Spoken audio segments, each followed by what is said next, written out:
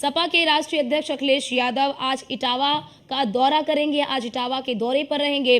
चुनावी कार्यक्रमों में शिरकत करते हुए नजर आएंगे अखिलेश यादव। और अखिलेश यादव इस दौरान इंडी गठबंधन के प्रत्याशी के समर्थन में चुनावी जनसभा को संबोधित करेंगे और समय सीमा निर्धारित कर दी गई है। सुबह 11 बजे सैफई के कार्यक्रम में शामिल होंगे, क्योंकि सुबह 11 बजे सैफई में कार्यक्रम का आयोजन होना है। तो उसके लिए तैयारियां भी पूरी कर ली गई हैं और आज इंडी गठबंधन के प्रत्याशी के समर्थन में चुनावी जनसभा को संबोधित करते हुए नजर आएंगे सपा के राष्ट्रीय अध्यक्ष अखिलेश यादव।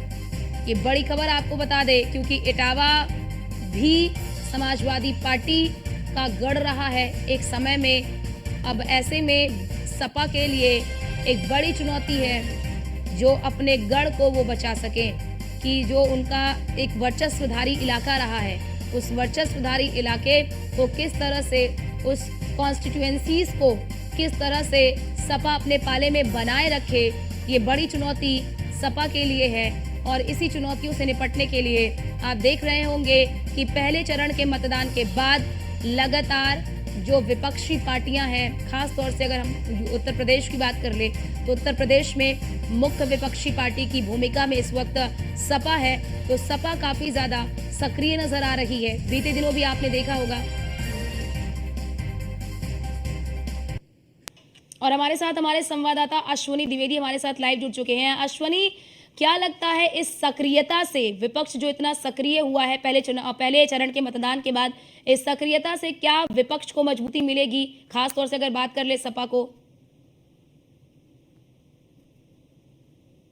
अगर बात करें समाजवादी पार्टी की तो लगातार अखिलेश यादव अब एक्टिव दिखाई दे रहे हैं। शुरुआती दौर में जब पहला चरण हुआ था उस दौरान कहीं ना कहीं अखिलेश यादव ने उस तरीके से प्रचार नहीं किया था जिस तरीके से उनको करना चाहिए था। पश्चिमी उत्तर प्रदेश में देखने को मिला कि कम वोटिंग परसेंटेज कहीं ना कहीं जो विपक्षी पार्टी है उनको उत्साहित करने वाला है, क्योंकि अमूमन माना जाता है कि जब भी कम वोटिंग होती है तो सत्ता पक्ष को नुकसान होता है। तो ऐसे में कहीं ना कहीं जो पश्चिमी उत्तर प्रदेश में कम वोटिंग हुई इसको लेकर कहीं ना कहीं समाजवादी पार्टी हो या कांग्रेस हो कहीं ना कहीं उत्साहित है, उसको लग रहा है कि वो बेहतर परफॉर्मेंस कर सकती है। इसी को लेकर के समाजवादी पार्टी के राष्ट्रीय अध्यक्ष अखिलेश यादव एक्टिव हुए हैं, लगातार आए दिन दौरे कर रहे हैं। पश्चिमी उत्तर प्रदेश में लगातार देखा जाए दौरे कर रहे हैं।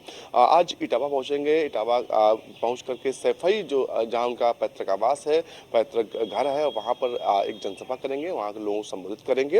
हालांकि सैफई जो जगह पड़ती है वो मैनपुरी लोकसभा सीट के अंतर्गत आती है, लेकिन जिला उसका इटावा है। तो ऐसे में कहीं ना कहीं दोनों सीटों को साधने की कोशिश कहीं ना कहीं आज अखिलेश यादव करेंगे। हालांकि इटावा की बात करें तो इटावा वर्तमान समय में भारतीय जनता पार्टी के पास है। 2019 में रामशंकर कठेरिया वहां से जीत कर आए थे।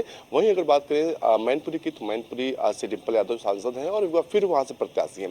तो निश्चित तौर पर कहीं ना कहीं दोनों सीटों को साधने की कोशिश आज अखिलेश यादव करते हुए नजर आएंगे। जी अश्विनी, क्योंकि देखिए जिस तरह की वर्तमान समय में परिस्थिति है, ऐसे में तो यही चीजें समझने में आ रही हैं और यही चीजें निकलकर सामने आ रही हैं कि सपा के लिए इस वक्त बड़ी चुनौती ये है कि जो उनके वर्चस्व धारी इलाके हैं और जो सपा का गढ़ कहा जाता है, उस गढ़ को कैसे बचाएं, ये एक बड़ी चुनौती इस वक्त सपा के लिए। इसलिए हम देख रहे हैं कि सपा उन्हीं इलाकों में ज्यादा प्रचार प्रसार कर रही है जो सपा का गढ़ माना जाता है।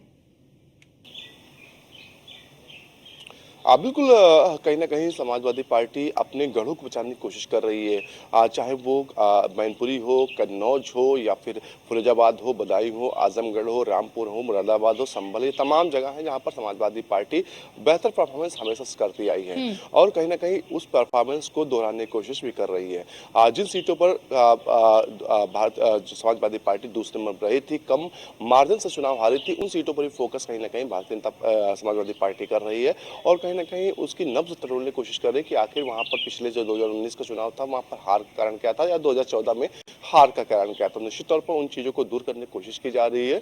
अखिलेश यादव लगातार एक्टिव हैं, लगातार दौरे कर रहे हैं, सरकार की खामियां बता रहे हैं कि उनकी सरकार में क्या कुछ उत्तर प्रदेश को मिला, कैसे उन्होंने उत्तर प्रदेश को डेवलप करने की कोशिश की, साथ ही साथ वर्तमान समय में क्या कुछ कमियां हैं, इन चीजों को गिनाकर कहीं ना कहीं अपने पक्ष में जनता को लाने की कोशिश कर रहे हैं। जी अश्विनी, इटावा के जरिए और कितनी सीटों को साधने की कोशिश होगी अखिलेश यादव की? बिल्कुल, इटावा अगर बात करें तो गृह जनपद है अखिलेश यादव का, वहाँ से ही राजनीति मुलायम सिंह यादव ने शुरू की थी, तो निश्चित तौर पर ये माना जाता है कि इटावा की राजनीति जो होती है वो मैनपुरी, एटा, फिरोजाबाद, बदायूं, आसपास के जिले हैं, कानपुर देहात, औरैया, ये तमाम जिलों पर असर करती है। लेकिन वर्तमान समय की स्थितियाँ कुछ हैं, क्योंकि अगर पहले की बात करें तो ये ज़िले जो थे वो समाजवादी पार्टी के गढ़ थे, समाजवादी पार्टी का यहाँ पर कहीं न कहीं कब्जा था। लेकिन पिछले 10 सालों में उस कब्जे को कहीं न कहीं भारतीय जनता पार्टी ने खत्म किया है और आज की डेट में ज़्यादातर सीटें भारतीय जनता पार्टी के पास है। तो ऐसे में कहीं न कहीं ये कहना थोड़ा मुश्किल होगा कितना असर पड़ेगा। जनता क्या चाहती है, जनता के मन में क्या है, जी। जनता ने क्या कुछ महसूस किया पिछले 10 सालों में या फिर पिछले 6 सालों में भारतीय जनता पार्टी सरकार में, या फिर 2012 से लेकर 2017 के बीच में क्या कुछ उनको फायदा दिखा था समाजवादी पार्टी की सरकार में, उस सोच के वोट करेगी तो क्या कुछ बदलाव नया होगा, ये देखना होगा। हालांकि अगर मैनपुरी बात करें या फिर फिरोजाबाद, बदायूं, चुनाव यहाँ पर काफी दिलचस्प है। समाजवादी पार्टी पूरी ताकत झोंके हुए अपने पुराने कार्यकर्ताओं को एक्टिव कर चुकी है और वहां पर कहीं ना कहीं एक साथ मिलकर चुनाव समाजवादी पार्टी लड़ रही है। तो वही दूसरी ओर भारतीय जनता पार्टी भी पीछे नहीं है। भारतीय जनता पार्टी पूरी ताकत अपनी लगाए हुए है और कहीं ना कहीं भारतीय जनता पार्टी इन जगहों पर, इन सीटों को कहीं ना कहीं जी। अपने कब्जे में लेने की कोशिश कर रही है, क्योंकि 2019 का चुनाव हुआ था, 19 में फिरोजाबाद, बदायूं जो कहीं ना कहीं समाजवादी पार्टी गढ़ कही जाती थी, कन्नौज जहां पर लंबे समय से समाजवादी पार्टी अपना कब्जा किए, तो उन सीटों को भी हारना पड़ा था। तो ऐसे में कहीं ना कहीं उन सीटों पर एक बार फिर भारतीय जनता पार्टी अपने कब्जे में लेना चाह रही है, अपना प्रत्याशी जिताना चाह रही है। उसको लेकर के जीतोड़ मेहनत जो है भारतीय जनता पार्टी के तमाम दिग्गज कर रहे हैं। मुख्यमंत्री खुद उत्तर प्रदेश के जो चुनावी प्रचार की कमान है वो अपने हाथों में लिए हुए, साथ ही साथ तमाम एक बड़ी फौज उनके पीछे चल रही है, चाहे उसमें दोनों डिप्टी सीएम हो या तमाम मंत्री हो या जी। फिर भाजपा के प्रदेश अध्यक्ष हो या फिर शीर्ष नेतृत्व भी कहीं ना कहीं इन सीटों पर चुनावी प्रचार कर रहा है। जी। बिल्कुल अश्वनी, और क्योंकि हम देख भी रहे हैं कि अन्य राज्यों के मुकाबले उत्तर प्रदेश का मतदान प्रतिशत बेहद कम हो रहा है। ऐसे में अखिलेश यादव के सामने ये भी बड़ी चुनौती है कि इन क्षेत्रों में मतदान प्रतिशत को किस तरह से बढ़ाया जाए। बिल्कुल, अगर बात करें मतदान प्रतिशत की, तो मतदान प्रतिशत का कम होना कहीं न कहीं भारतीय जनता पार्टी के लिए ज़्यादा चिंताजनक है। क्योंकि ऐसा माना जा रहा है कि जो मुस्लिम वर्ग है वो बढ़-चढ़ के वोट कर रहा है, लेकिन जो भारतीय जनता पार्टी का वोट बैंक है कहीं न कहीं वो भी पीछे हुआ है। तो ऐसे में कहीं न कहीं देखा गया कि भारतीय जनता पार्टी पहले चरण के बाद लगातार एक्टिव है, लगातार जनता से संपर्क करके वोट डालने की अपील कर रही है। हालाँकि समाजवादी पार्टी इन चीज़ों को खुश ज़रूर होगी, क्योंकि पिछली बार की अपेक्षा इस बार चुनावी वोट परसेंट कम है, तो कहीं न कहीं समाजवादी पार्टी को ये ज़रूर लग रहा है कि अगर वोट परसेंटेज कम होता तो निश्चित तौर पर उनका फायदा हो सकता है। हालांकि किसका फायदा हो रहा है, किसका नुकसान हो रहा है, ये जनता तय कर चुकी है जी। और आने वाले चरणों में तय करेगी।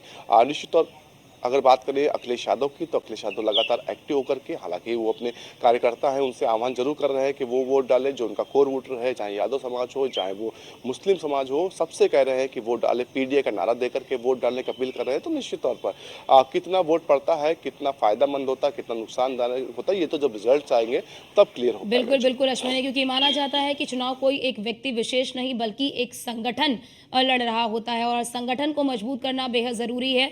ये तमाम पार्टियां बखूबी जानती हैं। फिलहाल आपका बहुत-बहुत शुक्रिया हमारे साथ जुड़ने के लिए और तमाम जानकारी